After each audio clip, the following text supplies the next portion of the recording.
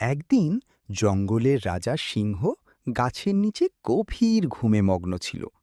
হঠাৎ একটি ছোট্ট ইঁদুর খেলতে খেলতে তার গায়ের ওপর উঠে পড়ল।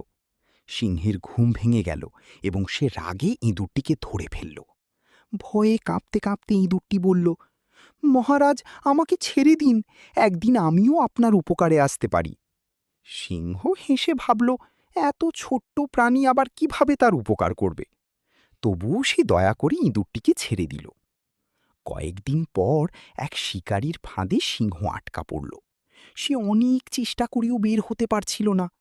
ঠিক তখনই সেই ছোট্ট ইঁদুরটি সেখানে এসে সিংহকে দেখল। সে দ্রুত তার ধারালো দাঁত দিয়ে জালের দড়ি কেটে ফেলতে শুরু করল। কিছুক্ষণ পর সিংহ মুক্ত হয়ে গেল।